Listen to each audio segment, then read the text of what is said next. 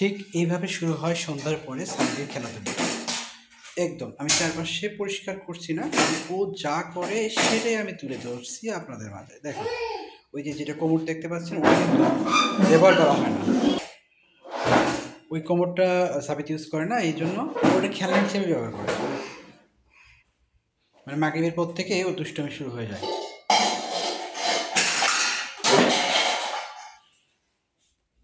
কোথায় কি আছে সব কিছু পালাক্রমে বের করতে থাকে। বাবা শোনো, আব্বু দুষ্টমি করো না, ওর দুষ্ট। বাবা বাবা হুম দুষ্টমি, অনেক বেশি বেশি দুষ্টমি করে সারাদিনে। আব্বু এই সাবিত, বাবা এদিক তাকাও। ফারহান ফারহান তুমি কি করছো ওখানে? মাঝে মাঝে ওর মনে হয় ছোটবেলায় কেমন করে হাঁটাহাঁটি করছি, আবার ওই ছোটবেলার মতো হাঁটাহাঁটি করে। দেখুন না কত দুষ্টমি করে। বাপ রে বাপ, তুমি কি ছোটবেলাতে এভাবে হেঁটেছিলে বাবা?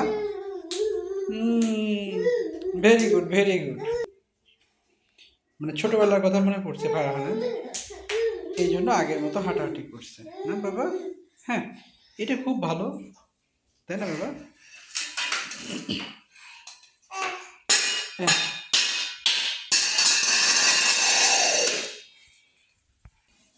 আব্বু বাবা এতে শোনো, আব্বু বাবা আবার বল, বল নিলে কেন?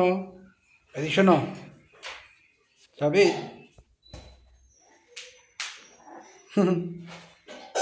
কান চুলকাই আর দুষ্টমি করে।